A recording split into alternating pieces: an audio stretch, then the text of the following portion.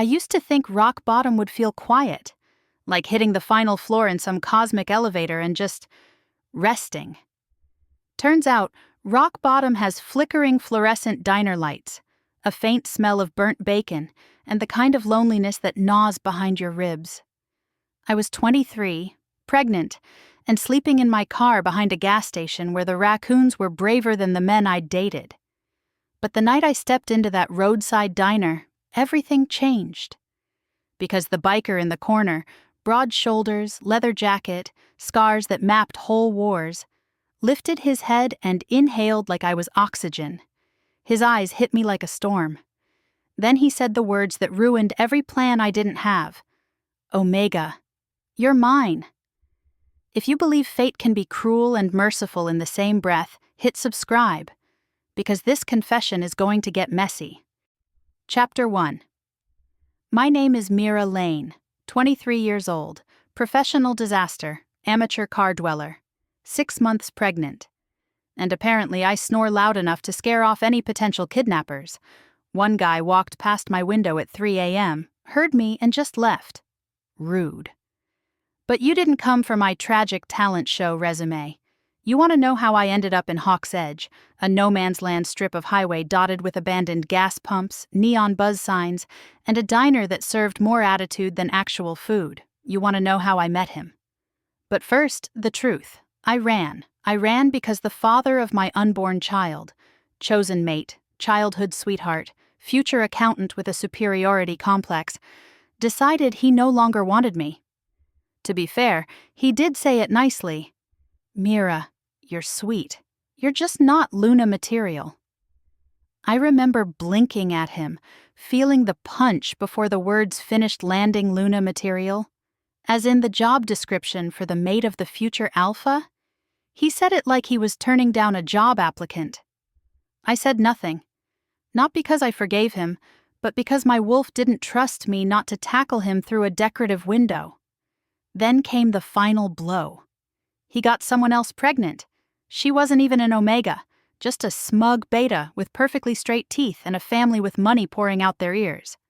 My parents told me to go congratulate them, so I packed 2 duffel bags, stole their emergency cash stash, they deserved it, and drove until the guilt turned into exhaustion.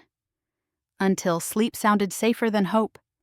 It was past midnight when I pulled into Sadie's roadside grill, the kind of place where the walls were lined with faded cowboy posters and the cash register looked older than electricity. I only meant to use the bathroom, maybe steal some napkins. Survival was a skill. Morality was optional. My stomach growled so loud it echoed. Shh, I whispered to it. We're being fiscally responsible. Inside, the lights buzzed like mosquitoes on steroids. A waitress flipped through a celebrity gossip magazine with the enthusiasm of a corpse. And in the far booth by the window, him. Broad, dark leather jacket stretched over shoulders that looked carved, jaw sharp enough to hurt someone, hair tousled like he'd fought the wind and won. He sat alone with a mug of coffee and a plate of untouched fries. His presence radiated something feral, dominance so thick the air tasted different. I felt it before I saw him. My wolf, skittish, soft-hearted, barely awakened, pressed forward with a tiny whimper. Omega. Her voice trembled with recognition, which made no sense. I wasn't supposed to trigger anyone. I was scent muted since birth. My wolf too gentle, too quiet, too me. But then he lifted his head and the world stilled. His gaze locked onto mine so fast, so sharply I almost tripped over my own feet. No one ever looked at me like that, like I was prey or salvation. His nostrils flared, his grip tightened on his mug until the ceramic cracked. I froze. Oh, Moon, help me. This was an Alpha A dangerous one, a powerful one, a scarred one. I tried to look away. His voice reached me first, deep, gravelly, and too calm for the tension snapping in the air. Omega. My heart stopped. No one had ever called me that and meant it, not even my ex. He used it like a label. This man used it like a vow. I swallowed and squeaked. Are you talking to me? He stood. The diner suddenly felt too small for his height, his broad frame, the coiled violence under his skin. He moved toward me with the steady certainty of a man who feared nothing, except maybe losing something he'd just found. When he reached me, he didn't touch. He didn't need to. His scent hit me first. Cedar, smoke, cold metal, and something darker, something wild. My knees wobbled. My wolf curled like she'd found a warm den. He leaned in just enough to inhale, eyes closing as though he'd been searching for this exact moment. A sound rumbled from deep in his chest. A growl, possessive, painful, starved. When his eyes opened again, they glowed faintly gold. "Sit," he said softly. "You look like you're about to fall." He wasn't wrong. I sat, mostly because my legs gave out and the booth was the only safe landing. He slid into the opposite seat, jaw ticking like he was trying very, very hard not to touch me. I stared at him. He stared at me. The waitress rolled her eyes like this was the most boring apocalypse she'd ever witnessed. "So," I cleared my throat, "do you need something?" His gaze dropped to my belly. I immediately put my hand over it. His voice was a low command. "Who hurt you?" My heart stumbled. "What? No one—" His eyes sharpened. Danger hummed through him. My wolf pressed closer. He leaned forward, elbows on the table, voice dropping even lower. "You came in smelling like fear, exhaustion, and a bad parking situation." "Okay, rude." I lifted my chin. "I happen to live in that parking situation." His expression darkened. "With a pup?" I swallowed. "It's complicated." "It doesn't have to be." He pushed the plate of fries toward me. I blinked. "Oh." He raised a brow.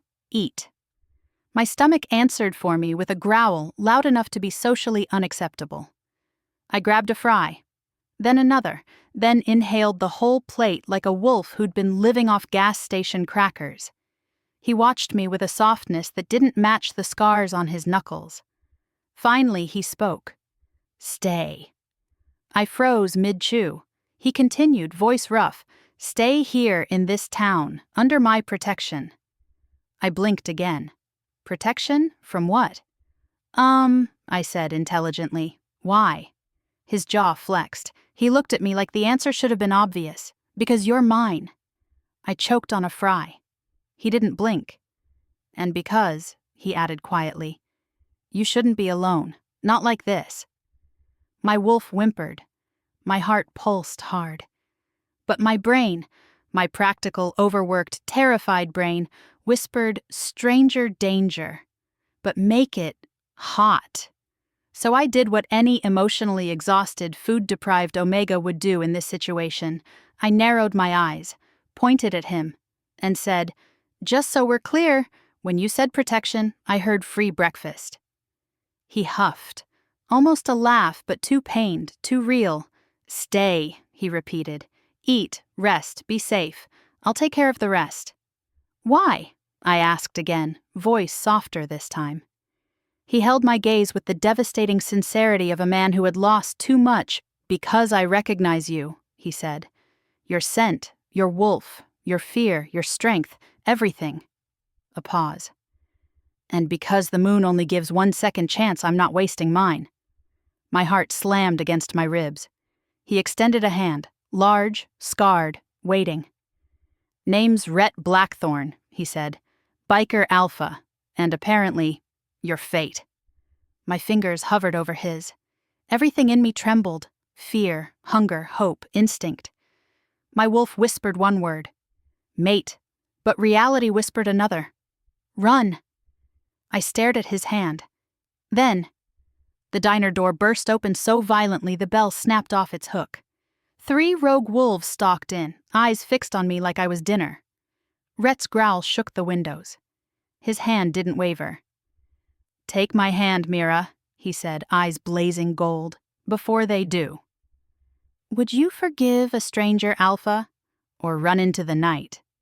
Comment below. Chapter 2. If this were a sane universe, I would have screamed, ducked, or at least done something graceful like fainting into Rhett's arms.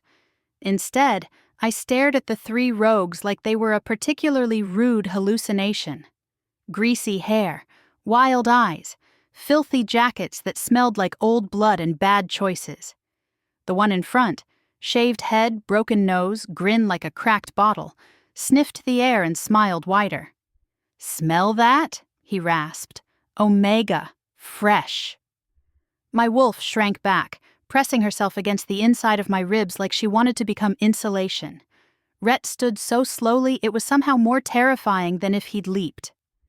1 second he was a man in a booth, the next he was danger-given shape. Towering, coiled, and so still it felt like the world had forgotten how to breathe. He didn't look at them first. He looked at me. "Last chance," he murmured, eyes molten. "Take my hand, Mira." My brain threw a fit. Stranger alpha, biker, potential murderer, also 3 rogues. I was pregnant.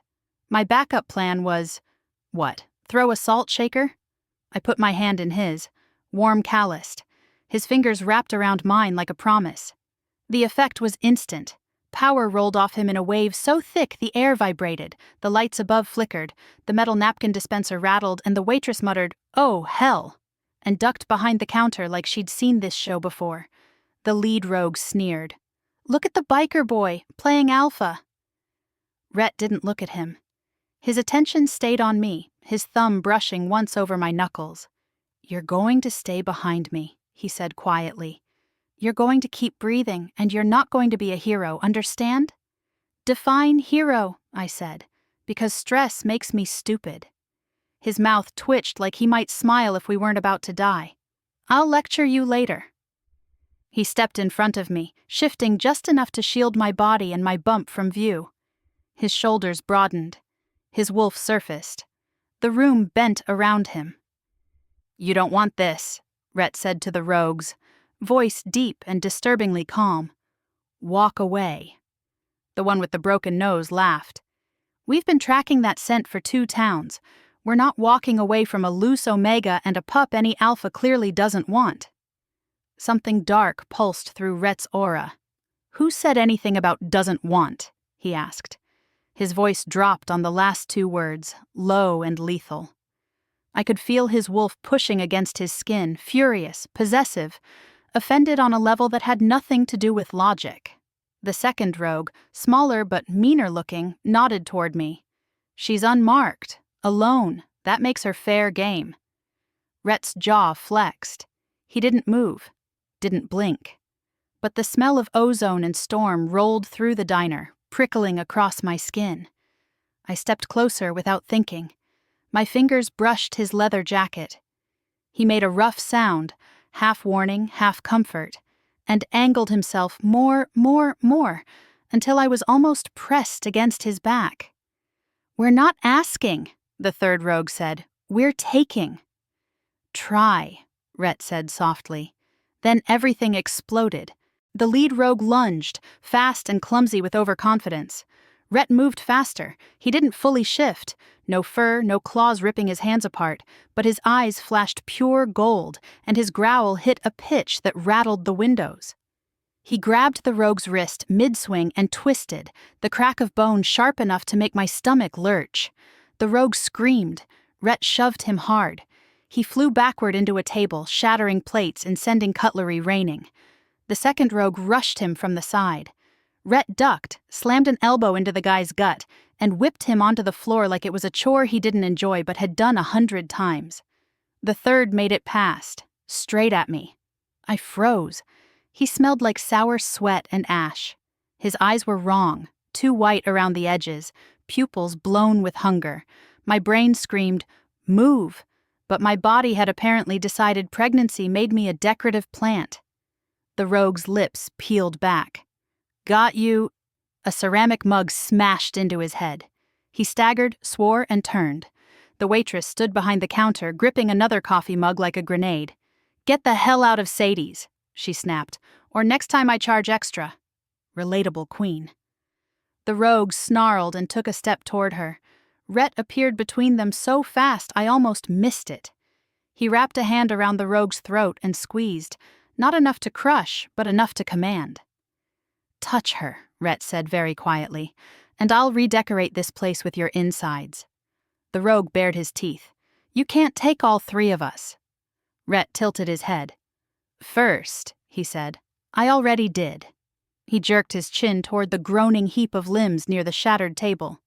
"Second, you should be less worried about me and more worried about someone else." The rogue blinked. "Who?" Rhett smiled. No warmth. "All Wolf, the enforcer," he said. "He doesn't like when rogues hunt in Blackthorn territory." The name landed like a weight I didn't understand, but the rogues did. Fear sliced through their bravado. "This stretch isn't claimed," the smaller one wheezed.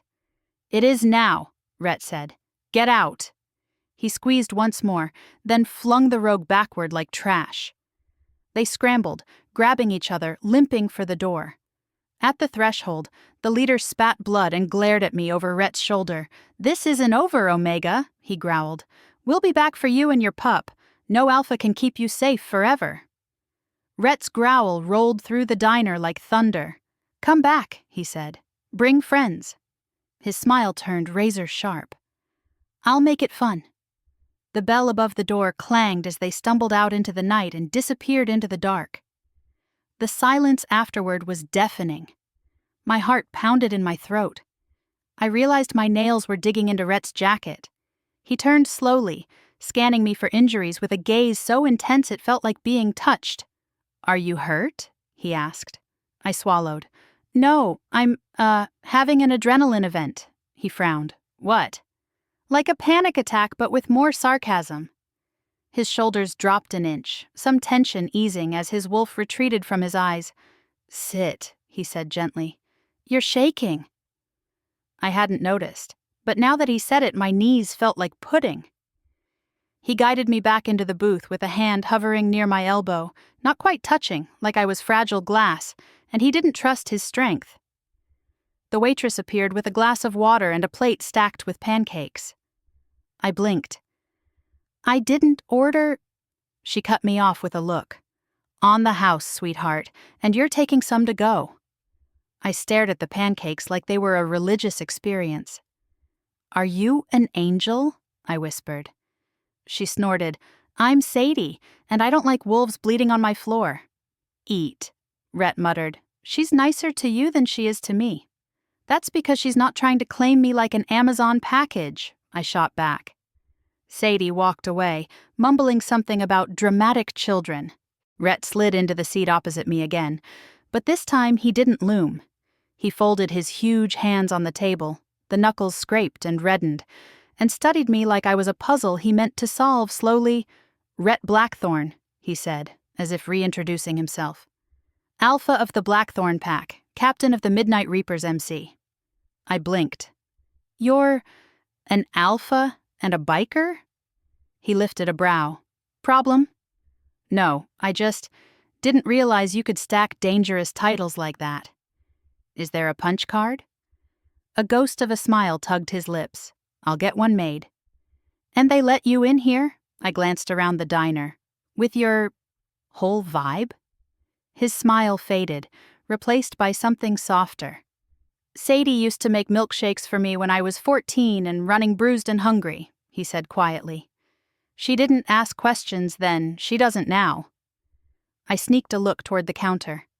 Sadie caught me watching and pretended not to. My chest pinched. I'd always thought found family was a trope reserved for novels and TV dramas. Apparently, it also lived in greasy diners on broken highways. I took a bite of pancake and nearly moaned. Rhett's gaze softened further. "How far along are you?" he asked. "Little over 6 months," I said around a mouthful. "One pup?" "I hope so," I said. "I can barely afford one. 2 would unionize against me." He huffed, amused. "Where's the father?" Rhett asked then, voice cooling. I swallowed hard. My appetite faltered. "Alive," I said. "Unfortunately." His jaw flexed. "He kicked you out?" "Not exactly," I said. "He just upgraded." Rhett stared. I sighed. "He rejected me. Publicly," I said, forcing the words out. "Said I wasn't fit for Luna. Then he knocked up someone else and my parents told me to be mature and congratulate them."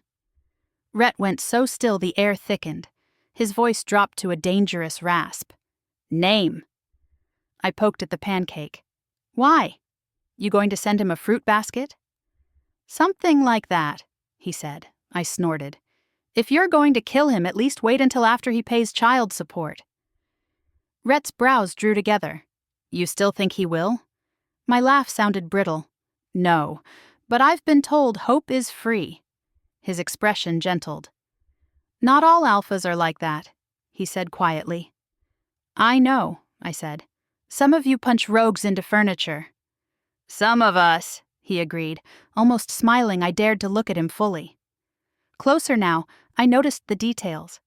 The scar that ran from his temple to his jaw, thin and pale, like an old lightning strike, the tiny nick on his right eyebrow, the faint silver line across his bottom lip, like someone had once split it.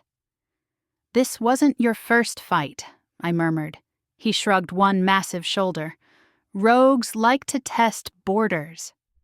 In your territory? I echoed. I thought this was unclaimed. It was, he said, until I claimed it.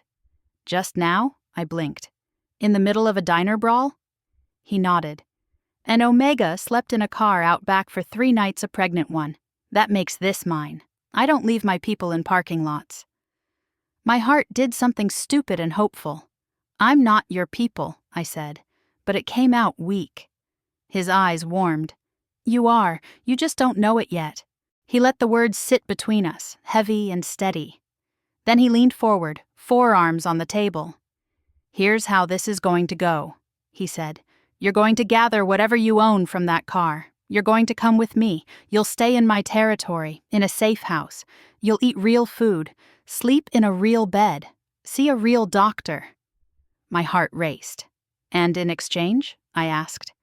His jaw clenched, like he didn't like that part. In exchange, he said slowly, you'll let me protect you. You'll stay put. No disappearing in the middle of the night. No climbing out windows. I squinted. You sound like you're speaking from experience. Maybe, he said, a shadow crossing his face. I've lost people who thought they were better off alone. They weren't. His voice roughened. I swallowed. Anything else? I asked. His gaze caught mine, sharp and scorching. You'll give me time, he said, to prove I'm not him, to prove you're not a burden, to prove... He exhaled hard. To prove that when I say mine, I don't mean owned. I mean cherished. My throat tightened. Words got stuck. Why me? I croaked. He stared, and in that look was something terrifyingly honest. Because the moment you walked in here, he said, my wolf stopped pacing for the first time in years because your scent felt like coming home to a house I've never seen. He gave a humorless huff. And because, he added, the moon doesn't give a hardened bastard like me a soft-hearted Omega by accident. I blinked back sudden tears. You're very sure about this, I whispered. I've walked away from a lot of things, he said. I won't walk away from you. Silence stretched. The pancakes blurred. My wolf pressed her nose against the inside of my skin, watching him with luminous trust I did not share. Would you take that deal? Food, shelter, and an alpha who stared at you like you were the last light in his world? Or would you run back to your car and your pride? Tell me in the comments, would you take his hand or drive away? I scrubbed at my eyes. I don't even know your middle name. He blinked. I don't have one. Of course you don't, I muttered. You came out of the womb fully named Rhett Blackthorn, alpha of brooding and unresolved trauma. His lips twitched. Keep teasing me like that, and my wolf is going to think you're flirting. I am not flirting, I lied. I'm narrating. He smiled properly for the first time. It hit me like a second sunrise. Come with me, Mira, he said softly. Let me give you something better than a back seat and a glove box full of snacks. I stared at him, at the pancakes, at my hands shaking over my belly. Could I really just step out of one life and into another? Spoiler, there was nothing left to step back into. I set my fork down. Fine, I said. But I have conditions. He nodded solemnly. Name them. 1. I'm not your property. I'm a temporary resident with emotional instability. Agreed, he said. 2. I pick the music in the car. He hesitated.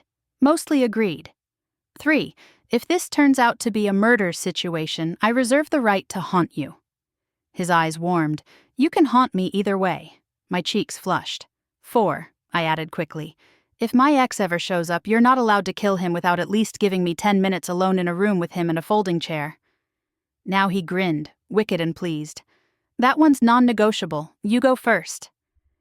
Something in my chest loosened. Okay, I whispered. Then, yes, I'll come with you for now. He held out his hand again. I slipped mine into it.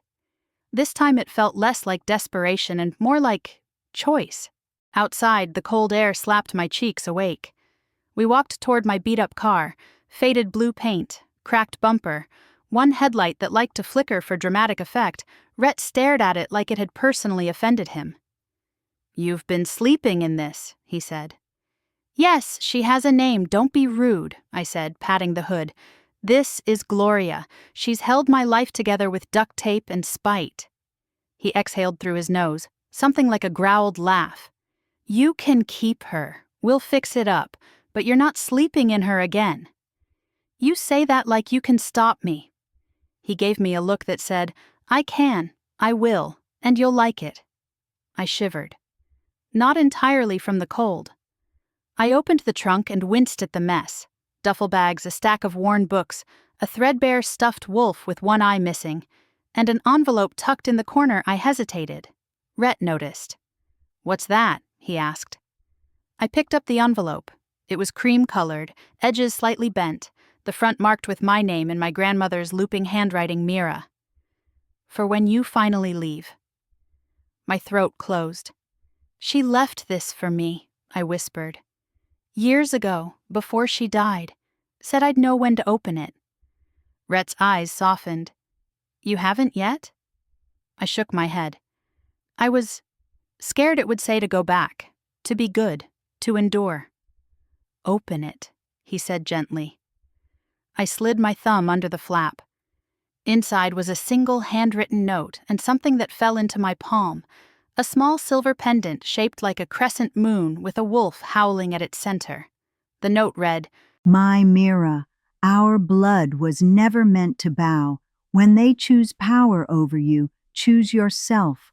Follow the road until the moon feels kind again. You'll know you're safe when someone looks at you like you're a person, not a duty. Wear this, little wolf, and don't settle for less than wonder. Grandma Eliza. Tears blurred the words. Rhett took the pendant from my shaking fingers, studying it carefully. Recognition flickered in his eyes. This crest. You know it? I asked. He hesitated. Later. Rhett. He closed his fist gently around the silver. It's old, he said. Older than most packs around here. I'll have my people look into it, but for now... He stepped closer. May I? He asked, holding up the chain. My heart hammered. I nodded. He lifted my hair with surprising gentleness and fastened the pendant around my neck. His fingers grazed my skin, sending a warm shiver down my spine. When he was done, his hands lingered for a heartbeat longer than necessary. The pendant lay cool and solid over my sternum. What does it mean? I asked softly. He gazed at it, then at me. It means, he said, you were never meant to be alone in the dark.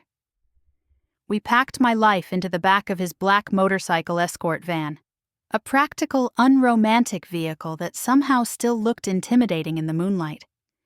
As he opened the driver's door, he paused, eyes narrowing. Parked across the road, barely visible under a broken streetlight, sat a dark sedan, the engine off, the windows tinted, watching. My skin crawled. Rhett, I whispered. He followed my gaze. A muscle jumped in his jaw. Get in the van, Mira, he said quietly, and put your seatbelt on. Who is that? I asked. He didn't answer. His eyes had gone fully gold again. When I said the territory is mine now, he murmured, voice like steel. I forgot to mention something. What? He closed my door, his expression lethal. Someone else thinks it still belongs to them. He turned toward the sedan, shoulders squaring, wolf surging, and they just saw me claim you. Chapter 3.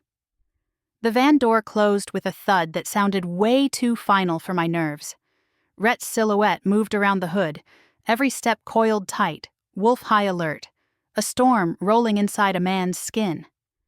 The sedan didn't move, didn't blink its lights, didn't even pretend to be subtle.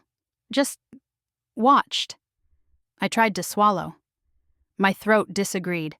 My wolf pressed against me like she wanted to crawl into my bloodstream and hide behind my kidneys. Don't freak out, I whispered to myself. He probably just wants directions. At midnight, on a deserted highway, in a murder sedan. Totally normal. The passenger door opened. Rhett slid into the driver's seat like a man expecting blood.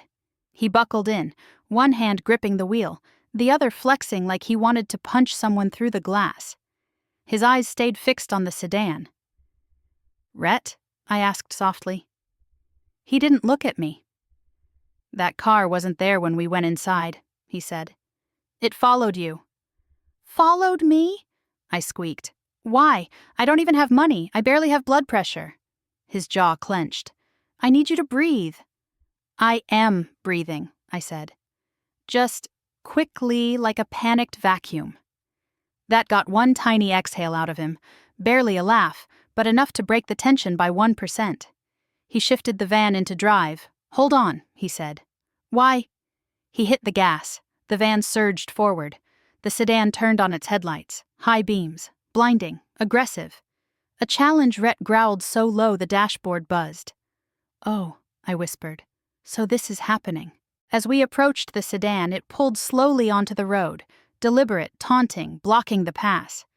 Rhett's grip tightened on the wheel. "Stay calm." "Define calm," I said, "because my heart is doing jazz hands right now." The sedan inched forward, forcing us to slow. Rhett's eyes glowed brighter. "That's not a rogue car," he muttered. "That's pack." "Yours?" I asked. He shook his head. "If it was mine, they wouldn't hide, and they'd know better." A chill skated down my spine. "So whose is it?" He didn't answer right away. And that was its own answer. Finally, he muttered, "There are only 2 packs within 20 miles, and only one alpha hates me enough to stalk me at midnight." "Who?" Rhett inhaled slowly, like he was preparing to say something that tasted like old anger. "Darius Kane." I blinked. "Who?"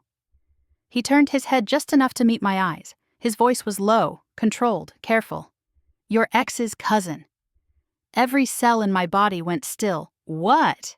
"He's alpha of the Ridgewater pack," Rhett said. "He's territorial, petty, and he hates anyone he thinks is trespassing near his borders." I blinked fast. "Why would he care about me?" "He doesn't," Rhett said. "He cares about what you represent." "What do I represent?" I whispered. He swallowed hard. "Omega, pregnant, unclaimed, alone." My stomach nodded. "And?" I whispered. "And," Rhett said, voice turning lethal, "the Ridgewater pack has a history of collecting what doesn't belong to them. Collecting, not helping, not sheltering, collecting." My pulse skittered. "Okay," I said shakily. Suddenly my car nap behind the gas station seems more appealing. Rhett's lip curled. "Not happening." The sedan braked, hard, right across both lanes. Rhett slammed the brakes. The van jerked violently. The world tilted. I grabbed the handle above the door with one hand and my belly with the other. "Rhett!" He stared through the windshield, murder settling into his bones. "He wants me to get out," Rhett muttered. "He wants a conversation." "Is this a friendly conversation?" He scoffed. "No." "Is this a, hi, welcome to the neighborhood conversation?" "No." "So like a, please don't date my ex's cousin conversation?" Rhett shot me a look. "Mira." "Sorry," I whispered. Stress humor. His eyes softened for a fraction of a second, just long enough for something warm to flicker in my chest. Then his alpha mode snapped back. "Stay here," he said. "No," I said immediately. He blinked. "Mira, I'm not staying alone in a murder van while a rival alpha tries to pick a fight with you. I can barely breathe without supervision." "That's not— Try telling my wolf," I said. "She's clawing me from the inside like she wants to glue herself to your shadow." At that, Rhett's eyes widened just a little. His wolf reacted too, something flickering behind his chest, shifting under his skin like an instinct being pulled taut. "That's bond behavior," he rasped. "It's what?" "Later." "Rhett." He closed his eyes for 1 second. When he opened them, his voice was calm steel. "Fine. You get out with me, but you stay behind me. You don't speak unless I speak first. And if anything goes wrong, you run straight back into the van and lock the doors." "Understood." "And Mira?" "Yes?" He touched my chin lightly, gently forcing my eyes to his. "If he says anything about you," he said softly, "I want you to remember something." "What?" "You're not his problem. You're mine." My cheeks burned. My wolf purred. My brain chaos-scribbled question marks. He stepped out of the van. I followed. Rhett moved in front of me instantly, his body a wall of heat and muscle and barely restrained violence. The sedan door opened. A man stepped out, tall, smug, cold blue eyes that held the kind of cruelty people inherited like family heirlooms. Darius Kane. He wore a suit jacket like he was on his way to ruin someone's mortgage. His scent was sharp and metallic, power without warmth. He looked Rhett over like measuring an enemy. "Knew I smelled you," Darius said. His voice was smooth, polished, venom wrapped in silk. "Didn't think you had the nerve to cross my border." Rhett's voice dropped to a growl. "Didn't think you'd still be using the same cheap cologne." Darius smiled thinly. Then his eyes slid to me. They widened. "Oh," he said lightly. "Now I understand." Rhett stiffened. I tensed behind him. Darius tipped his head. "A stray Omega with a pup," he said slowly. "Unmarked, unclaimed, unprotected." A pause. "Smells interesting." Rhett stepped forward so violently he nearly clipped the bumper. His wolf surged out, teeth bared behind human skin. "If you finish that sentence," Rhett snarled, "I'll feed your tongue to your pack." Darius didn't flinch. "Relax, Blackthorn," he said. "I'm just stating facts. She's vulnerable, alone." His smirk sharpened. "Perfect candidate for Ridgewater Sanctuary." "No," Rhett growled. Darius shrugged. "You don't own her." That did it. Rhett's power punched through the air like a shockwave. The pavement under his feet crackled. "I claimed her," Rhett said. The words vibrated in my bones, in my wolf, in the night. Darius raised a brow. "Claimed? Really?" He sniffed again, smirked wider. "Funny, I don't smell a mark." Rhett's hand curled into a fist. Darius's eyes gleamed. "Unless you meant emotionally claimed." "That's adorable," I whispered, "Oh no," under my breath. Rhett's wolf clawed up his throat. "Back off." Darius stepped closer to my side of the conversation and said, "You know, Omega, you'd be safer with me." Rhett lunged, I screamed. The two alphas collided like lightning striking stone, roaring, snarling, power flaring so hard it rattled my teeth. They crashed against the front of the sedan, metal denting under the force Rhett's hand closed around Darius's collar. Darius slammed a knee into Rhett's ribs. They broke apart, circling, wolves surging beneath their skin. This wasn't a simple dominant scuffle. This was territorial warfare, and I was the territory. A sudden gust of wind whipped through the highway carrying a sharp scent. Smoke, metal, blood. Not theirs, not mine. Something older. Something wrong. My wolf surged up, panicking. "Danger, danger! Not them! Behind, behind!" I spun, just as a figure stepped out from the darkness near the tree line. A fourth rogue, face hidden, eyes glowing faint red. But not just any rogue A branded one. A rogue enslaved, marked by magic older than pack law. His voice rasped, words broken, not his own. "Bring the Omega." My breath vanished. Rhett froze mid-swing. Darius's smirk died instantly. The branded rogue lifted a crude iron blade. For the ritual moon! My skin turned to ice. What ritual? I whispered. He turned his head toward me with jerky, unnatural motion. You! Rhett shoved Darius aside and roared, stepping between me and the branded wolf Darius, shaken, scrambled upright, eyes wide, shock erasing his arrogance.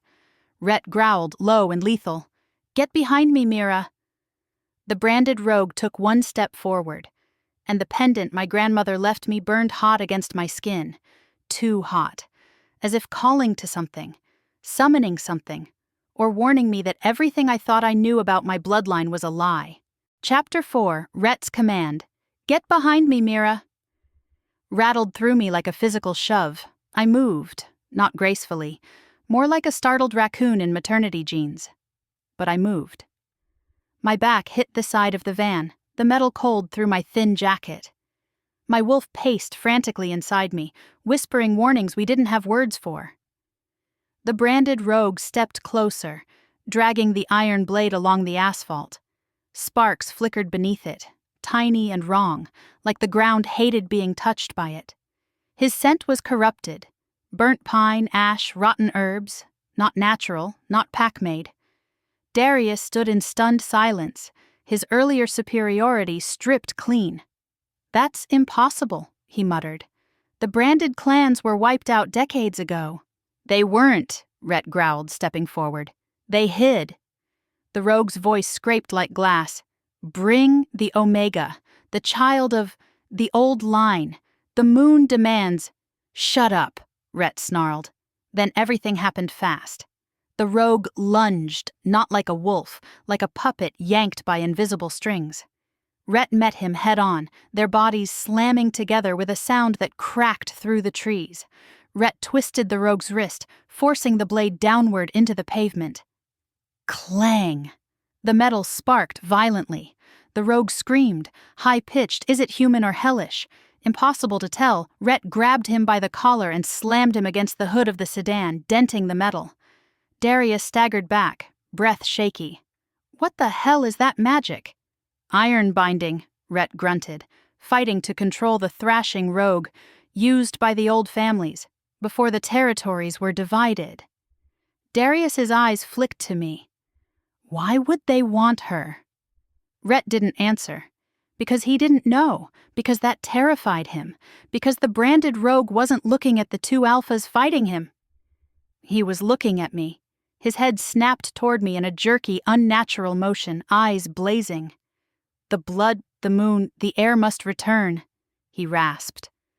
My skin crawled. What air? I whispered, feeling my heart thud painfully. The rogue snarled, lunging toward me with inhuman speed. Rhett's roar tore the sky open. He yanked the rogue back so hard the iron blade went skittering across the ground, landing near the tree line with a hiss.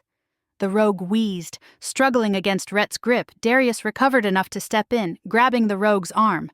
Hold him still. What do you think I'm doing? Rhett snapped. I mean still. Together, the two alphas pinned the rogue, one on each side. Natural enemies suddenly united by necessity. The rogue convulsed once, twice. Then, a burning sigil seared through his skin, glowing bright red. Rhett cursed. Get back! I barely had time. The rogue's body collapsed inward like a dying star, then disintegrated in a burst of ash. I gasped. Darius stumbled back, brushing ash off his jacket in disgust. Well, that solves that. No, Rhett rasped. That complicates everything. Darius dusted off his sleeves and finally turned to me fully. You, he said, pointing. I flinched. No refunds, I'm not taking questions. You're sent, he continued. His eyes narrowed. It's different. Different how? I asked. Different like cursed, he said bluntly. Wow, I said. Do you practice bedside manner in the mirror, or... Rhett stepped between us again. Don't talk to her. She needs answers, Darius shot back. She doesn't need them from you. Oh, please, Darius said. You think she's safer with a biker alpha who runs an MC full of criminals? Rhett bristled. And you think she's safer with a pack who snatches omegas like collectibles? Watch your mouth. Both of you shut up, I yelled. The silence that followed was so loud it rang. Both alphas stared at me. My wolf sat down like, finally. I just watched a man melt into ash while chanting about the moon, I said shakily. Someone explain. Now. Rhett exhaled slowly, shoulders still tense. Mira, he said gently, some bloodlines carry old magic, blood bonds to the moon rare, nearly extinct. The branded clans used to hunt them. Hunt, I repeated. Not admire or invite to brunch? No, he said softly. Darius crossed his arms, expression shifting into something colder. Only one bloodline was rumored to still exist, the Lunos line, direct descendants of the lunar mother. They were wiped out 100 years ago. My heart slammed in my chest. That's a myth, I whispered. That pendant around your neck, Darius said, pointing, is their crest. I reached up, fingers trembling around the cool silver Rhett's gaze softened. It's why your grandmother told you to run when the moon felt unkind. Darius nodded. It's why rogues sensed you, why they followed you, why the branded clans are resurfacing. He hesitated. Why your ex's pack wanted nothing to do with you. My breath vanished. They knew, I croaked. My family knew? Rhett looked at me gently. Your grandmother knew. I don't think anyone else did. Or they'd have locked you up. Oh, good, I said faintly. That's a comforting alternative. Darius eyed me clinically. If she is Lunos blood, she belongs under protection. Proper protection. My pack... Rhett's growl was so feral the air vibrated. Over my dead body. Gladly, Darius muttered. I threw up my hands. Can we not play tug-of-war with my life, please? I am pregnant and confused, and 5 seconds from stress barfing. Darius blinked. Pregnant? Rhett snarled. Don't say it like it's a flaw. Darius raised his hands. Just noting the complication. Complication. My hands curled into fists. You know what? I snapped. I vote I go with Rhett. Rhett inhaled sharply. Darius looked like I'd stabbed him with an etiquette fork. Why? Because he offered me pancakes and didn't let anyone kill me tonight, I said. You tried to lunge at him less than 4 minutes ago. Rhett hid a smile behind his hand. Darius scowled. You're making decisions emotionally. Sir, I am 6 months pregnant. I am all emotion. Rhett's hand drifted subtly toward mine, hovering but not touching. And, I added pointedly, he didn't call me cursed. Rhett looked like he wanted to punch Darius again. Darius looked like he wanted to punch himself for talking. Fine, Darius sighed. Take her, but if branded rogues show up again, they will, Rhett said grimly. My stomach dropped. Why? Because of the ritual he mentioned, Rhett said. Darius nodded. The ritual moon is an extraction rite, used to draw out the magic in Lunos bloodlines. Extraction, I repeated weakly. Like juice. Like sacrifice, Darius said. I nearly fainted. Rhett moved instantly, steadying me with one hand on my lower back, careful, protective. Mira, he murmured, take a breath. I'd prefer a sedative, I whispered. I can arrange that, Darius offered. Shut up, Rhett and I said at the same time. Rhett turned to me fully. His face softened. Just for me. The branded clans want you because of your blood, he said gently. But they won't get you. How do you know? I whispered. He stepped closer, lowering his head until his forehead almost brushed mine. Because, he said, voice low and raw, anyone who comes for you will die before they get within 10 feet. Rhett, you're mine to protect, he said, not by force, by choice. My wolf trembled with something that felt like hope. Darius shifted awkwardly. I'm going to go now. No one asked, Rhett muttered. Text me updates, Darius grumbled, walking backward. If she sprouts moon magic, I want to know. She's not sprouting magic, I mumbled. Yet, Darius said, and climbed into his sedan. He drove off, leaving us in the hush of the midnight highway. The pendant pulsed once against my chest. Not metaphorical, actually pulsed. Rhett saw it. He went pale. "Mira," he said slowly, "I need you to tell me something." "What?" I whispered.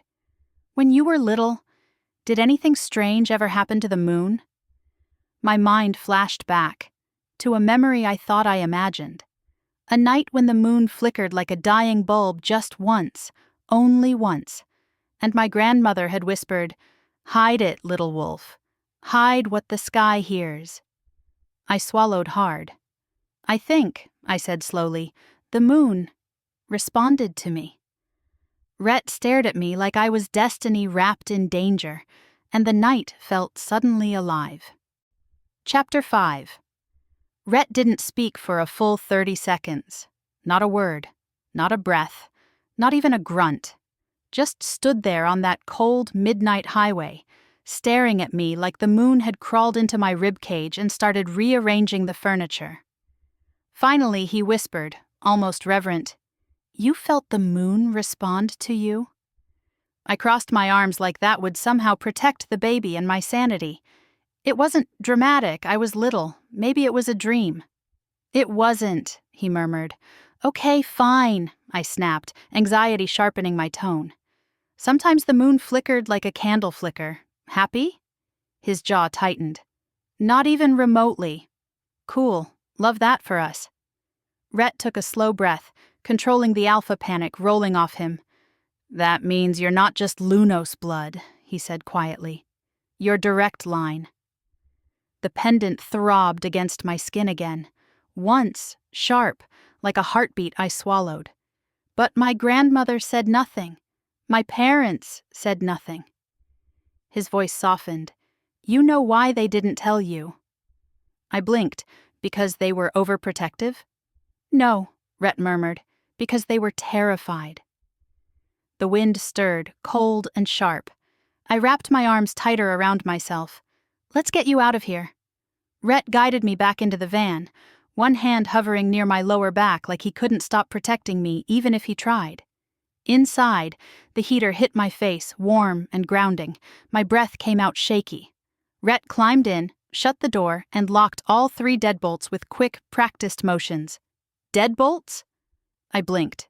"In a van?" He didn't look at me. "You've met my enemies, Mira." "Fair." He drove us away from the highway, the lights fading behind us until the night swallowed everything but the clear silver glow of the moon overhead. After a long stretch of silence, I asked, "Rhett? Who were the branded clans, really?" His jaw flexed. "Dark wolves, outcasts. They believed the moon's power could be stolen through rituals that the Lunos line carried pieces of the original magic, pure magic. And you think I have that?" He turned his head just enough to meet my eyes. "I know you do."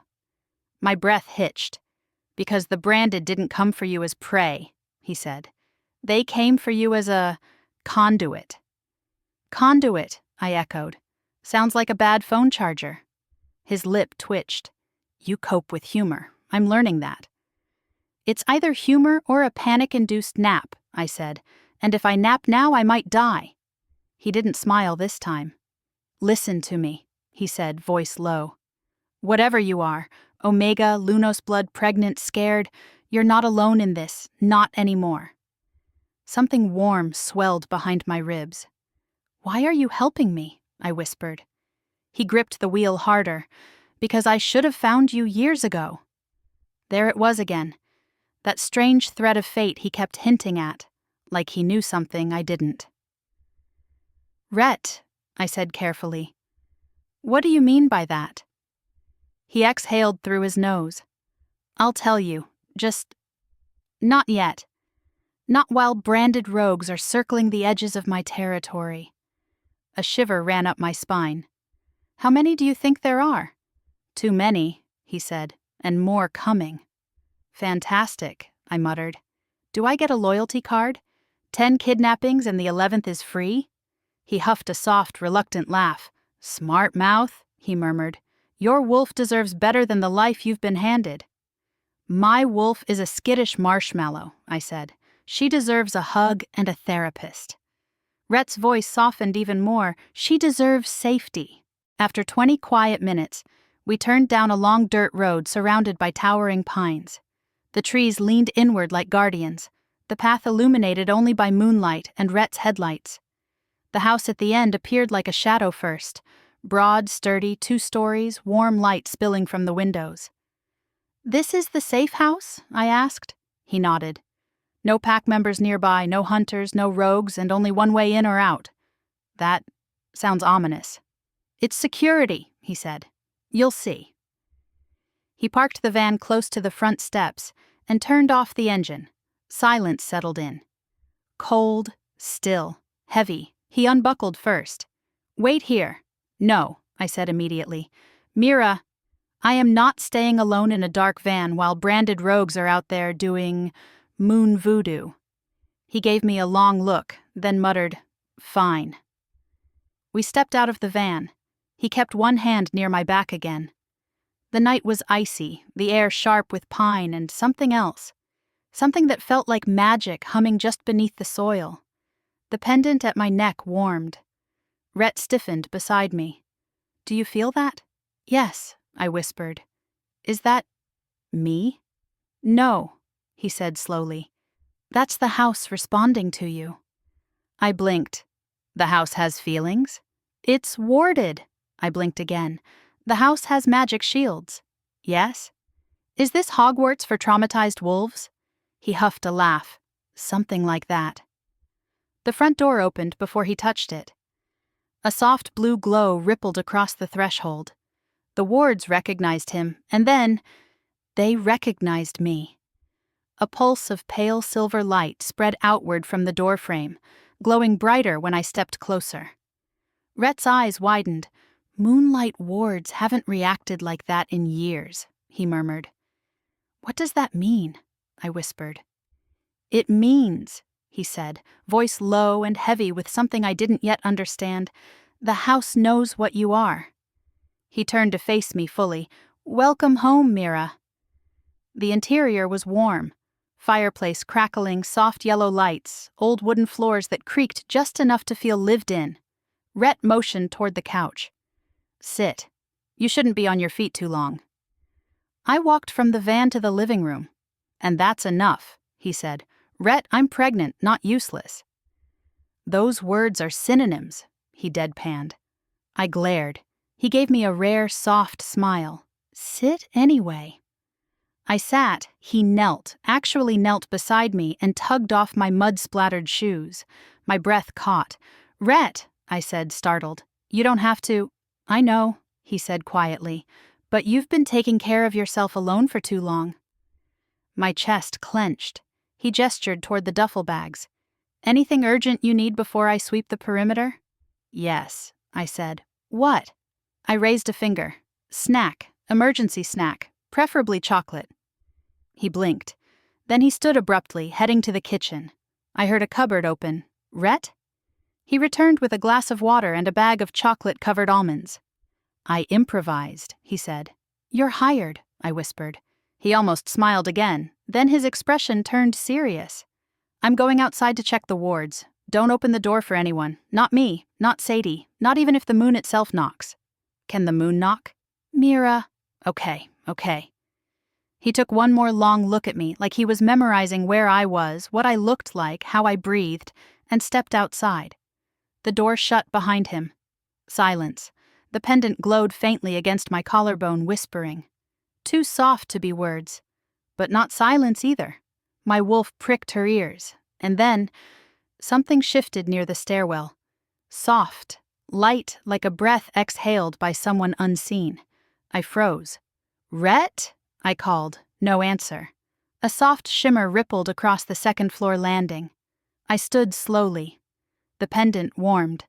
My heartbeat climbed into my throat. Then from the shadows above, a woman's voice whispered. Soft. Ancient. Familiar. "Little wolf, you've come home." My breath froze. I wasn't imagining it. Something was upstairs, calling me by my grandmother's nickname, and the moonlight wards didn't flare in alarm, which meant whoever it was wasn't an intruder, but connected to my bloodline, possibly dead, possibly not dead enough. Chapter 6. The voice was unmistakable, soft, warm. A whisper carried on decades of silence and moonlight. "Little wolf, you've come home." I froze mid-step, the chocolate-covered almonds slipping from my fingers and scattering across the rug like tiny edible landmines. My heart slammed into my backbone. My wolf pressed forward so hard I felt her claws against my ribs. That voice was, no, impossible. "Grandma?" I whispered. The upstairs landing shimmered with pale silver light, too soft to be a threat, too warm to be an illusion. The pendant around my neck pulsed again, matching the glow. "Come." The whisper wasn't a word so much as an invitation. My feet moved before my brain signed the permission slip. I reached the bottom of the staircase when the front door slammed open. Rhett burst inside, breathing hard, eyes glowing gold, scent bristling with panic. He scanned the room instantly. When he saw me not on the couch where he left me, his chest expanded in a dangerous inhale. "Mira," he growled, "I told you to—" "I heard someone," I whispered. "Upstairs." He stilled, every muscle going rigid. "Someone alive?" he asked. "I don't know." His fingers twitched toward me like he wanted to haul me behind him and bubble wrap me. Then his nose flared. He drew in a slow breath and went pale. "What?" I asked. "Rhett, what?" He stared at the staircase, voice barely audible. "I smell moonlight." "That's not a smell. It is when it doesn't belong." We both looked up at the same moment. The shimmer at the top of the stairs thickened, like moonbeams weaving themselves into a shape. And then a figure stepped forward. A woman, not ghostly, not solid either. Ethereal, silver-haired, eyes bright like sunlit frost. Dressed in a gown that looked woven from night itself. She wasn't young, she wasn't fragile, she wasn't mortal. I knew her face. From dreams, from stories. From the old paintings my grandmother hid beneath loose floorboards. She was the woman depicted with the first wolves, the moon-touched healer, the mother of the Lunos line. Rhett inhaled sharply. "Holy—" He caught himself, jaw clenched. "That's not possible." Her gaze landed on me. Not accusing, not threatening, recognizing. "Little wolf," she whispered again. "You've grown." My breath hitched. "Are you a ghost?" She smiled, sad, soft. "No. Are you alive?" Another sad smile. "Not in a way you understand." "Helpful," I muttered. Rhett stepped between us, covering me with his entire body. "Name yourself," he growled. "State your intent." Her eyes drifted to him with a kind of patience that said, "Alphas, you never change." "I am Lyrael," she said gently. "Last moonkeeper of the Lunos bloodline." Rhett stiffened. "The moonkeeper died a century ago." "I did," she said calmly, "but magic bound to the moon does not fully fade. I remain where my heir steps." My heir? My knees wobbled. "Me?" I whispered. She nodded. Rhett swore under his breath. "That means the branded clans will never stop hunting her now," Lyrael finished softly. I pressed a hand to my stomach. "And my baby?" Lyrael's gaze dropped to my belly with reverence. "The child carries your spark," she murmured. "And something more. The moon chose you for a reason, Mira Lane, and it chose the pup as well." My throat closed. "You're saying my baby is magical?" Rhett's hand found my elbow, steadying me. "Careful, don't overwhelm her." Lyrael's gaze sharpened. "You think she is overwhelmed? She has held her wolf quiet for 23 years. She survived rejection, exile, solitude, hunger. An alpha's ignorance did not break her. A branded clan did not take her. She is stronger than she knows." My jaw trembled. No one had ever described me as strong. "Why now?" I whispered. "Why appear now?" "Because your bloodline is waking," Lyrael said. "The scent of the air has returned to the world. Old enemies smell it. Old magic stirs. And you?" Her gaze softened. "You are days away from your first Moonflare." Rhett's breath hitched. "Moonflare? She's never had one." "She will," Lyrael said. Soon. What's a moonflare? I asked. And does it involve explosions? Because I feel like that's important. Rhett swallowed hard. Mira, he said gently, a moonflare is like your wolf unlocking, but amplified, dangerous, powerful, emotional, uncontrolled. Like wolf puberty? Lyrael's lips twitched. More like the moon claiming its own. Oh, that's so much worse, I muttered. Rhett moved closer, voice low. Moon flares can level rooms, Mira. I stared. I don't want to level rooms. I know, he said. I don't want magic. I know. I don't want any of this. His jaw tightened. But you have it, he said, and we'll handle it. Is this why branded rogues want me? I asked Lyral. Yes, she said simply, and because of the night you came of age. What happened that night? Rhett asked. Lyral looked between us, eyes glowing faintly brighter. You don't remember, she said to me. Your wolf shielded you. I shook my head. From what? The moon dimmed, she said solemnly. The sky flickered. Every alpha on the eastern coast felt it. They called it the brief eclipse. A beat. And it happened the moment you shifted for the first time. I went numb. I didn't shift that night, I whispered. My parents said, they lied, Lyrael said. Why? I asked, voice cracking. To protect you. Rhett swallowed again, softer this time. Mira. That night, the Blackthorn territory howled for hours. Every wolf in the region was restless. Like something ancient had woken. Lyrael nodded, because it had. I clutched the pendant. It pulsed again, rhythmic, like a heartbeat. Mine, but not mine. What do I do? I whispered. Lyrael's gaze softened. You learn, you awaken, and you prepare. For what? The ritual moon, she said. They will try again, soon. I shuddered. And him? I asked, nodding toward Rhett. Where does he fit into this? Her eyes drifted over him. She smiled again, gentler this time. His trail braided with yours long before you met, she said. He is bound to you by instinct, but also by fate. Rhett froze. I don't believe in fate, he said tightly. You don't have to, Lyrael replied. She believes in you. My breath caught. Heat rushed to my cheeks. Rhett's jaw clenched, emotions flickering through him so fast I couldn't pin them down.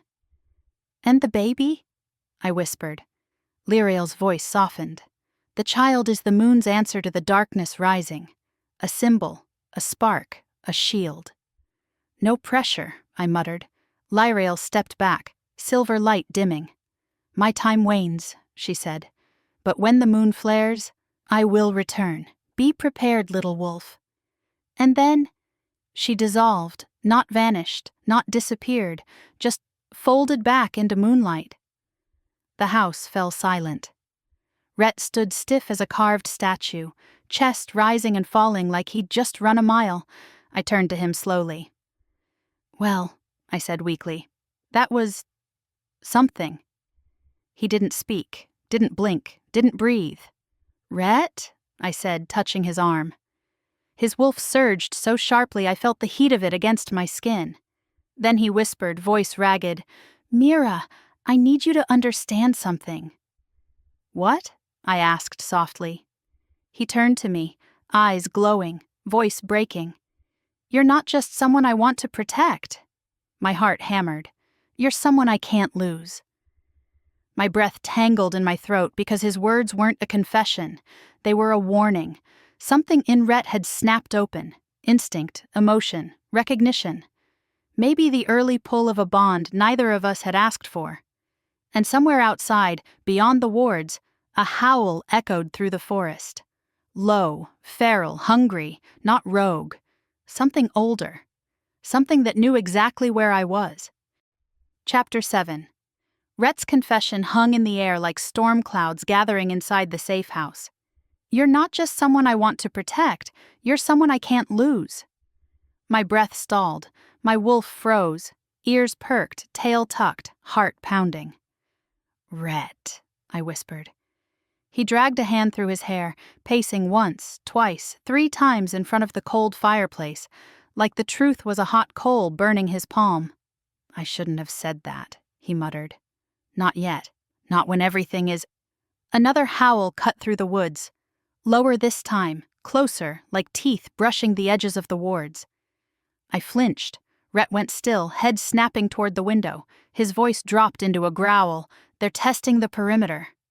"They?" I squeaked. "Not just one wolf?" "No," he said grimly. "Whatever that was, it wasn't alone." The pendant warmed against my skin. My wolf whined softly. Somewhere outside, branches cracked. Rhett stepped toward me again, slower this time, like he was approaching something fragile. "You need to trust me," he said quietly. I barked a shaky laugh. "Trust you?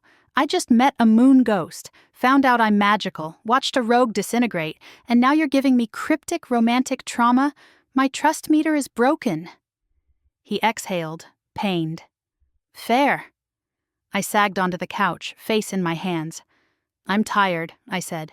"Of running, of not knowing, of being the least informed magical creature in the room." Rhett hesitated, then sat beside me. Close. Too close. His warmth seeped into me like a promise I didn't know how to accept. "Mira," he said softly, "there are things I haven't told you." "Like?"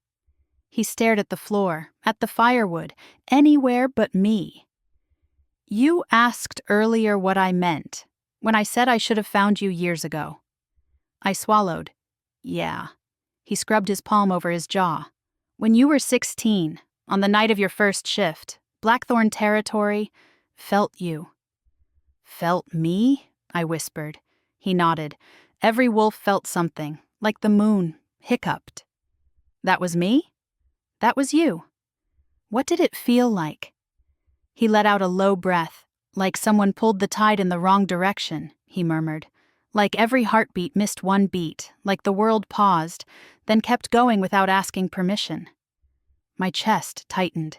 "You recognized me?" "Not fully," he admitted. "Just a presence, a pull, a scent lingering on the wind. And it haunted me for years." "Haunted you?" I said, flustered. "Rhett, I was 16. I wasn't haunting anybody. I was barely passing algebra." He huffed something like a pained laugh. "You don't understand." His eyes lifted to mine, raw and burning. My wolf knew even then. "Your wolf... what?" He exhaled sharply. "He recognized you." My stomach dropped. "He recognized me?" I echoed. "Like, how?" Rhett swallowed, the muscles in his throat working like fate. Silence. No, not silence. The moon hummed through the house. The pendant warmed. My wolf pressed closer to my skin. "Rhett," I whispered. He shook his head. "I wasn't sure. I didn't know who you were. I didn't know if you were real or if the moon was teasing me. I spent years searching." "Searching?" I breathed. "For you," he said simply. My heart stuttered. I didn't know what to do with that. Rhett continued, voice low, tight, vulnerable in a way I'd never heard before. "Then, 3 years ago, my pack caught a faint omega scent near the border familiar. Wrongly familiar. I followed it. My lungs squeezed. And?" He closed his eyes for a second. "It led me to Ridgewater territory," he said. "Right to your old pack, right to your door." My mouth dropped open. "You saw me?" I whispered. "No," he said. "I saw your parents. I smelled you inside weak, afraid, hiding your scent so deeply my wolf nearly lost it. Ridgewater guards blocked me, told me to get off their land or they'd call the enforcers. I blinked fast. My throat ached. But you didn't come inside?" "I wanted to," he said, jaw tightening. "I should have. Every instinct screamed to break down the door and take you away." "Why didn't you?" Rhett's eyes flickered with pain. "Because you were with your chosen mate. The scent of his claim was on the property. I thought..." His voice cracked. "I thought you were happy." I stared at him speechless. Broken a little, healed a little, conflicted everywhere. You thought I was happy, I whispered. So you left. I didn't want to disrupt your life, he said, voice strained. Didn't want to frighten you. Didn't want to take something that wasn't mine to take. My chest tightened with something like grief. If you had come inside, I whispered, you would have found out I was anything but happy. Rhett's hands clenched. His voice broke. I know that now. A long, aching moment passed. Then slowly he lifted a hand, hesitant, gentle, terrified of crossing a line, and brushed a tear from my cheek with his thumb. I'm sorry, he whispered. I'm so damn sorry, Mira. I leaned into his touch before I could stop myself. His breath caught. Then, another crack outside closer. He stiffened instantly. Mira, he murmured, I need you to stay inside. Do you understand? Stay behind the wards.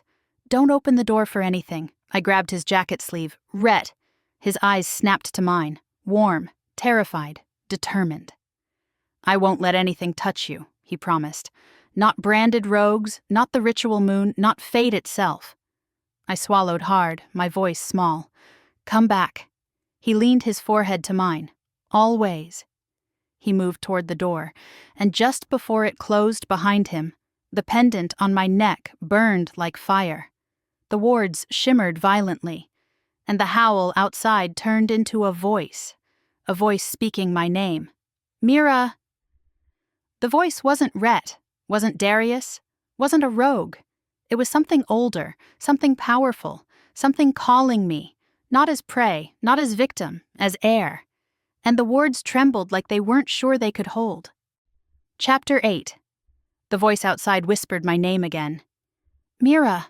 It wasn't human, wasn't wolf, wasn't alive in the way breathing things are. It vibrated through the floorboards, through the air, through my rib cage. The pendant burned so hot I gasped. My hand flew to it. Mira, don't, Rhett said sharply, spinning around too late. The pendant flashed bright silver. Rhett's eyes widened. Mira, get away from the door! I stumbled backward, heat flooding my chest, my vision blurring with silver edges. The wards on the windows flickered like lightning trapped under glass. My wolf whined and pressed against me, but not in fear. In response, something outside was calling to her. Rhett was at my side in 2 strides, gripping my shoulders firmly. Look at me, he commanded. Look, Mira. I hear something, I whispered. His jaw clenched. You're not supposed to answer it. But it knows my name. It shouldn't. I blinked, breath shaky. What if it's not an enemy? Mira. His voice was pure alpha steel. Nothing out there calls to the moon's air with kindness. Another crack of branches, another whisper. Little wolf. My heart stopped. My breath froze. Because that voice, that tone, the gentle cadence. Grandma? I whispered. Rhett cursed under his breath. Mira, no! I staggered toward the window. Rhett grabbed my wrist. She's dead. I saw her upstairs. That wasn't her, he growled. That was her essence, not her voice. This, he jerked his head toward the woods. This is something else, something wearing familiarity like a mask. A chill raced down my spine, hard enough to sting. The voice came again, Come, little wolf, come to me. The wards throbbed, vibrating so violently the window rattled. Rhett positioned himself bodily between me and the glass, chest rising and falling in furious, protective bursts. Mira, he said, voice low, listen to me. It's not your grandmother. But it's a lure, my breath stuttered. A what? A creature that uses memory to draw its prey out, he said. It mimics voices of people you trust. It targets omegas, especially pregnant ones. I swallowed hard. Like a magical siren? Like a demon with good acting skills, he muttered. The voice outside deepened. Come, child of Moonfire. Rhett stiffened. Moonfire. Holy Mira, don't look at it. I blinked.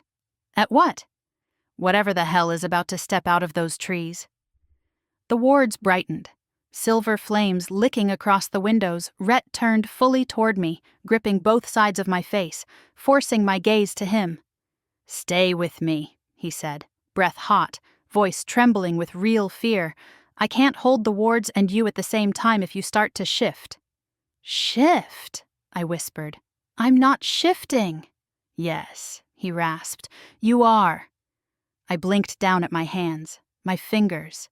Silver light pulsed beneath the skin, veins glowing, wolf stirring, my breath caught. "Rhett," I whispered, terrified. "What's happening?" "Your Moonflare's starting." "No, no, no, I'm not ready. You don't have to be ready." He cupped my cheeks, thumbs brushing tears I didn't realize were falling. "You just have to stay with me." The voice outside sharpened. "Come to me." The wards boomed like something slammed against them. The entire house shook, I screamed. Rhett acted instantly, throwing his body over mine, shielding me as the windows blazed white. The creature outside snarled. "It found us," Rhett growled, voice vibrating with fury. "It's here for you." The pendant seared my skin. I can't breathe," I gasped. "Rhett—" He pulled me against him, one hand at the back of my head, the other wrapped protectively around my stomach. "Breathe with me," he whispered fiercely. "In, out. Mira, look at me, focus on me, not the voice." "But it sounds like her. It's a lie." Another slam. Another tremor. The wards flickered dangerously. Rhett's eyes glowed gold as fire. "If it breaks through?" "It won't," I whispered, though my voice shook. He swallowed hard. "It might." He shifted position, placing himself fully between me and the nearest window. "If it does," he said quietly, "I want you to run." I stared at him. "No." "Mira, I'm not leaving you." His expression cracked, raw emotion spilling across his face.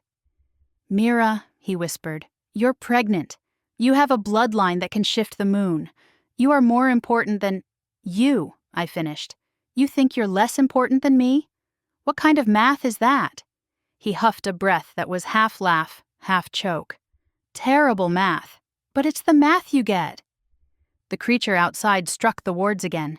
This time with a sound like bones shattering, I yelped.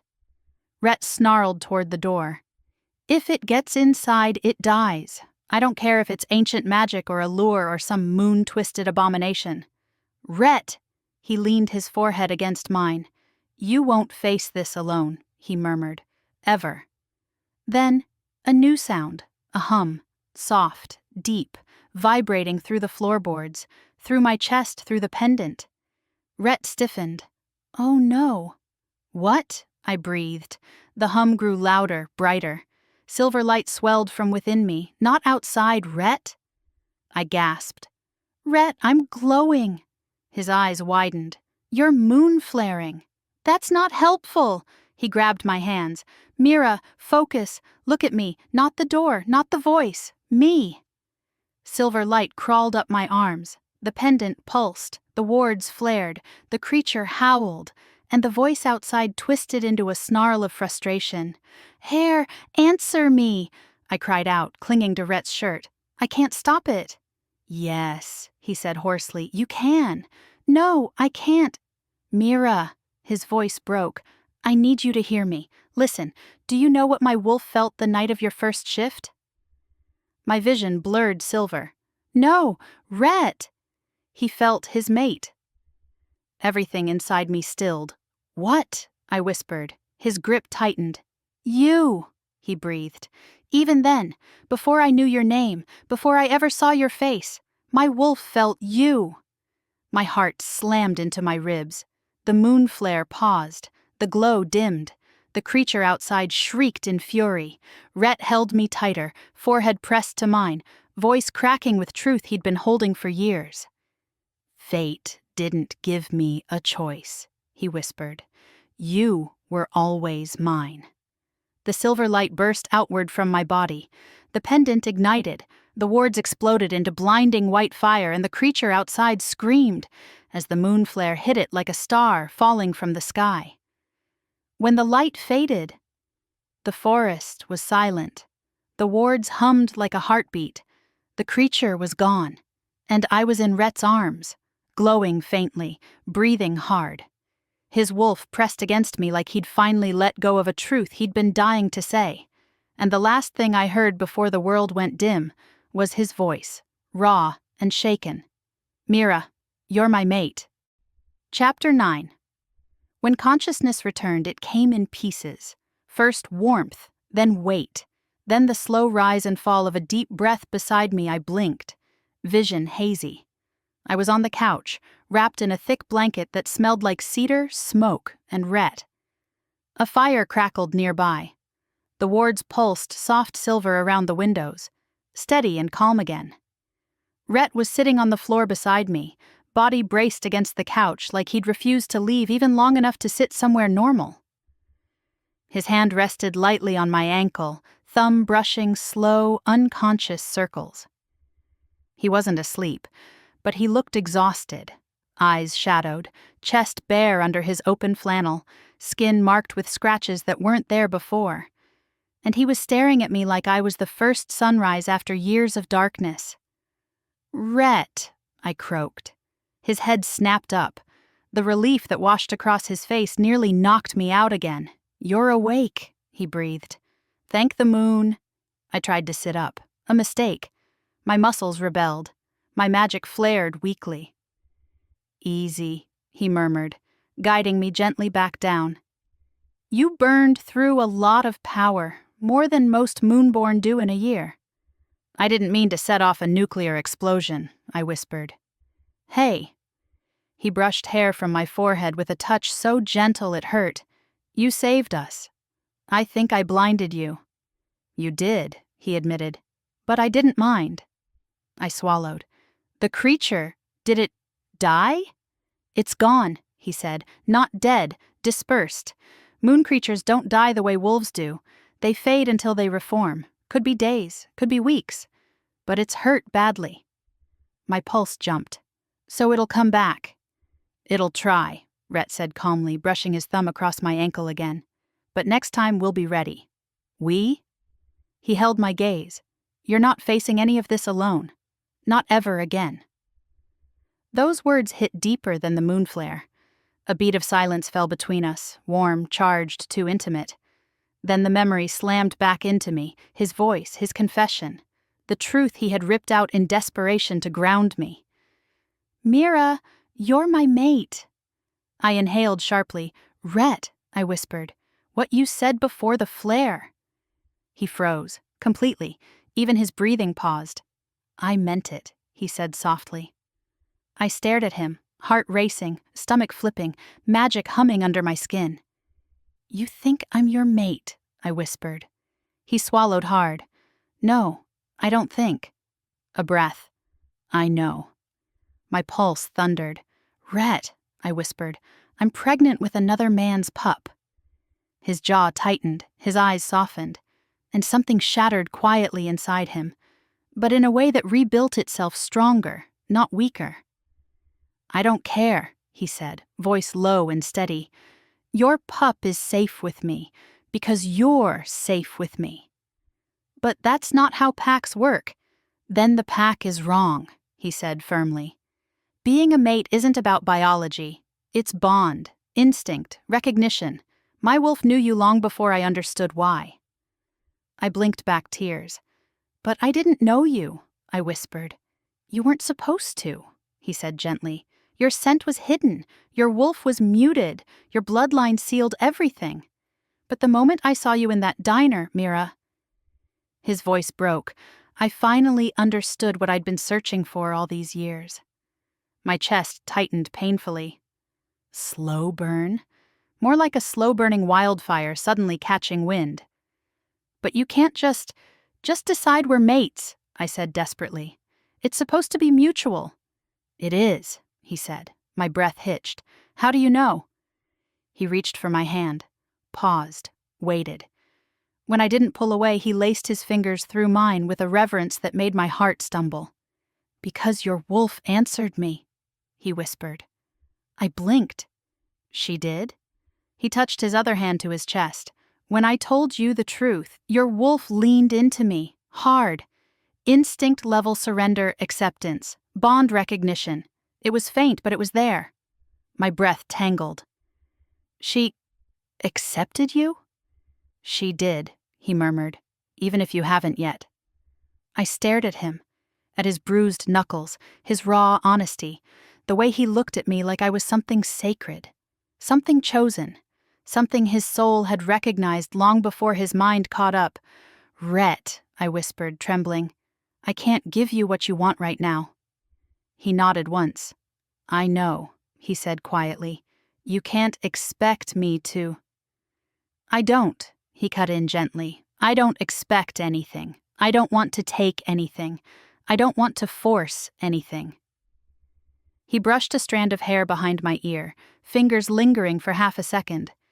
I just want to protect you, he said softly. That's it. That's all that matters right now.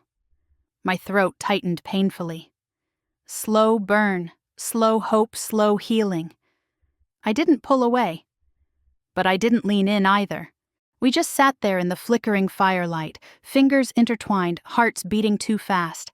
Then, a loud thud hit the front porch. Rhett's head snapped toward the door. His hand left mine instantly, posture shifting into lethal readiness. He rose in one fluid motion, muscles coiling, jaw hardening. Stay behind the couch, he murmured. Don't move. Rhett, no matter what, he said firmly. Stay down. I crouched behind the couch, every nerve buzzing, my wolf trembling inside me. Rhett moved to the door silently, power rolling off him in waves. Another thud, not animal, not rogue. A knock, slow, deliberate, human. Rhett's growl vibrated the floorboards. He didn't open the door. He spoke through it. Identify yourself, he snarled. A familiar voice answered. Tense, breathless, urgent. Rhett, it's Darius, open the damn door. My stomach dropped. Rhett's growl deepened, but he unbolted the locks. The moment he opened the door, Darius stumbled inside, clutching his bleeding arm. His eyes found me instantly. You, he gasped. We have a problem. Rhett tensed. If you're here to cause trouble? Darius shook his head, panting. Not me. He pointed toward the forest. They're coming. My blood turned to ice. Who? Rhett demanded. Darius swallowed. Not rogues, he said. Not lures. Not branded wolves. He looked straight at me. Your ex's pack. My heart stopped. What? I whispered. They know, Darius choked out. They know about your bloodline. They know about the ritual moon. They know you're pregnant. Rhett stiffened, eyes going full gold. How? He growled. Darius's jaw clenched. Because your ex's father, Alpha Sean, just put a bounty on her. My breath shattered. What kind of bounty? Rhett asked, voice shaking with lethal rage. Darius swallowed hard. A live capture, he said. Bring Mira Lane back intact. The pup must be born under Ridgewater control. The room went silent. My stomach twisted. Rhett stepped in front of me instantly, shielding me with his entire body. Then his voice dropped into something dark, ancient, and terrifying. They're not touching her, he said. Not now, not ever. Darius hesitated. Rhett didn't blink. Anywhere she walks, he growled, is Blackthorn territory now. And somewhere deep in the woods, a horn sounded. A pack horn, a hunting horn, calling for me, claiming me. A sound that meant one thing. They were already on their way. Chapter 10. The horn sounded again. Low, deep, ancient enough to rattle the bones beneath the floorboards. A pack horn wasn't just a threat, it was a declaration. Ridgewater Pack was hunting me. Rhett's entire body went rigid, muscles coiled, chest rising and falling with a slow, lethal rhythm. His eyes shifted fully gold, wolf right beneath the surface. Darius staggered back against the wall, clutching his bleeding arm, panting like he'd run the whole way here. They're a mile out, he rasped. Maybe less. Rhett snapped toward him. How many? 20, maybe more. Warriors, trackers, and Sean himself. A tremor ran down my spine. Alpha Sean? I whispered. He hasn't acknowledged me in months. Darius's voice cracked. He didn't need to. He knows now. Rhett snarled, "Knows what?" Darius hesitated, and that hesitation made Rhett's power spike so violently the lamps flickered. "Darius," he growled, "speak." Darius swallowed. "He knows the truth," he said finally. "That Mira isn't just pregnant. She's Lunos blood, and the child may be moonborn."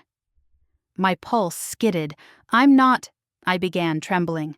"I'm just Mira. I don't have powers. I don't know how to control anything. I can't even keep snacks down most mornings." Darius shook his head. "It doesn't matter. He wants you." "He can't have her," Rhett snarled. "He doesn't want her," Darius whispered. "He wants the baby." The world tilted. Rhett was across the room before I could blink, fists gripping Darius's jacket, dragging him upward. "Say that again," Rhett growled, voice like thunder cracking through stone. Darius winced. "Rhett, say it again." My breath hitched. Darius clenched his jaw. "He wants the heir," he said. "He wants the moonborn child for Ridgewater, before its power settles." Rhett growled so deeply the windows shook, every part of him elongated into wolf shape, shoulders rolling, muscles shifting, heat radiating. His dominance cracked the air open. "He is not touching her," Rhett snarled. "Not touching my mate, not touching her pup." A choked sound left my throat. "Rhett," I whispered. He didn't turn. He didn't soften. He didn't blink. His wolf had taken over. "Show me where they are," he demanded. "Now!" Darius pointed toward the woods. They split into two flanks, surrounding, trying to box you in. "Rhett," I said shakily, "you can't fight 20 wolves alone." "I won't," he said. He turned toward me, finally, fully, and his eyes. They weren't just gold, they were molten. "Mira," he said softly, "come here." My wolf moved before I did. My feet carried me to him like he was gravity, and I had never learned to resist. He took my face in his hands, gentle, devastating, eternal. "I need you to listen," he murmured. My breath trembled. "Oh, okay. Whatever happens outside, you do not come out. You stay behind the wards. You stay safe. You keep breathing. You keep our pup calm." "Our!" The word hit me like lightning. "Rhett," I whispered. He leaned his forehead to mine, voice shaking with a truth he no longer cared to hide. "You are my mate," he whispered. "Fated or chosen, I claim you fully." My heart broke open. Heat rushed down my spine. My wolf pressed against my skin so hard I felt her shimmer. "Rhett," I said again, but it sounded different now, like a vow, like a plea, like my heart had caught fire. He pressed a kiss to my head. Not my lips, not yet, but close enough that my breath fractured, and whispered, "I'm coming back to you. Do you understand?" I nodded. Wrong move. He gripped my chin gently, forcing me to look him in the eyes. "Say it," my voice shook. "You're coming back to me." His eyes softened into something that was almost pain. "That's right, little wolf." He turned toward the door. Darius grabbed his shoulder. "Rhett, you can't take Sean alone." Rhett bared his teeth. "Watch me." "No," Darius insisted. "You'll have me, and some of mine." "Some of yours," Rhett snapped. Darius exhaled. "Not all Ridgewater wolves want Mira captured. Some want Sean gone." Rhett blinked. Once, then nodded tightly. "Fine," he growled. "But if anyone touches her—" "They won't," Darius said. "Because anyone who tries will die before Sean gets the chance." Rhett didn't thank him. He didn't need to. The two alphas exchanged one sharp, gritty nod, a temporary alliance forged in necessity and blood. Then Rhett turned back to me one last time. "Lock the door behind me." "I will." "And Mira?" "Yes?" His voice dropped, quiet but absolute. "My life is yours if it gets you through tonight." My throat closed. "I don't want your life," I whispered. "I want you." That made him stumble. Just a fraction. Then he gave me a look so raw it felt like a touch, and then he was gone. I shut the door, bolting every lock with shaking hands. Outside, the two alphas' footsteps crunched across the frost-hard ground. Silence fell. Then, a howl. Deep, echoing, commanding, Sean. I felt it in my bones like a sickness. The wards brightened, but they flickered once, twice, like the power outside was overwhelming them. My pendant pulsed in response. "Not now," I whispered. "Please, not another flare, not—" But the flaring heat raced up my spine anyway. My hands trembled. My pulse climbed. My wolf surged. "I can't," I gasped. "Not alone. I can't hold it. You can." The voice from earlier, Lirael, not outside, not as a lure, inside the house, inside me. "I am with you, little wolf. Your mate faces his trials. You face yours." "I don't want to face anything. I want Rhett. And he wants you. But you are more than his mate. You are Lunos heir." My breath hitched. Outside, a roar shook the ground. Rhett. My heart shattered. "I need to help him," I whispered, "and so you will." Silver light burst across my skin. My wolf howled inside me. The wards flared in response, no longer resisting but feeding off my energy. Boom. A blast erupted outside. The ward surged a second time, stronger, brighter, fueled by my rising moonflare. The pendant split with silver fire. My vision went white, and then, through the trees, I saw them, not with my eyes, with my magic. Rhett fighting, bleeding, protecting, 20 wolves closing in, Sean stalking forward with a weapon drawn. And I felt it. Not fear, not panic, something far older. Protect. Protect the mate, protect the unborn, protect the line. Silver fire surged down my arms. The wards blazed so bright they looked alive, and my voice, my very soul, rose in a single trembling command. "Enough!" The power exploded outward. The moonflare shattered the night. Every wolf outside froze. The ground split with light. Sean stumbled back, eyes wide with horror, and Rhett turned toward the house like he felt me touch his soul. "Mira," he whispered, and the magic answered him. Silver light poured from the house like water. Every wolf outside dropped to their knees, except 2. Rhett. And someone standing behind Sean, a shadow cloaked in darkness. A woman, a familiar scent. I felt my blood freeze, because I knew that scent. I knew it from years ago, from betrayal, from pain, from the moment I lost everything. And the shadow woman hissed, "Hello, little sister." Epilogue. The silver blast faded slowly, dissolving into drifting motes of light that hung in the air like fireflies suspended in time. When the flare cleared, I stood in the doorway of the safe house, barefoot, trembling, the pendant still glowing faintly against my collarbone. Rhett was on one knee in the clearing, chest heaving, blood streaked across his face. He wasn't defeated, just stunned, because the moonflare had rolled through him like a wave, not harming him, not pushing him down, only marking him, only recognizing him. His eyes lifted to mine. They weren't wolf gold anymore. They were soft, reverent, a man seeing his mate for the first time with full clarity. "Mira," he breathed. My heart clenched. But before either of us could speak, she stepped forward. My sister, Lena, the golden child, the adored one, the one who stole my ex, my future, my place in the pack, and now, apparently, the one aligned with the alpha who'd wanted to cage my baby. Her eyes glowed with a corrupted shine, silver tainted with black veins of lunar rot. "Little sister," she purred, "finally showing your true value." Rhett lunged toward her. Sean blocked him with a snarl. Darius moved in beside Rhett, bleeding and ready to fight. But Lena just smiled, stepping into the moonlight like she wasn't surrounded by 2 alphas ready to end her. "Did you think," she said sweetly, "that the world forgot the Lunos heir?" She tilted her head toward me. "Or that I would let you keep all that power to yourself?" My stomach knotted. "Lena," I rasped. "What did you do?" "Oh, nothing," she said. "Just aligned myself with the winning side."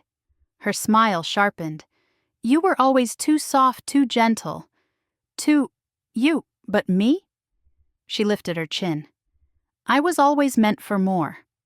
Rhett growled so low the ground shook. You laid a hand on her again, he snarled. And I swear. Lena waved a hand lazily. Relax, Alpha. I'm not here for a brawl, yet. Her eyes scanned the faint Moonflare remnants still pulsing under my skin. You're blooming early, she mused. Good. Makes you easier to track. Rhett stepped in front of me so fast the air snapped. Say your last words, he growled, and make them good. But Lena only smiled like she knew a secret we didn't. You can't kill me, she purred.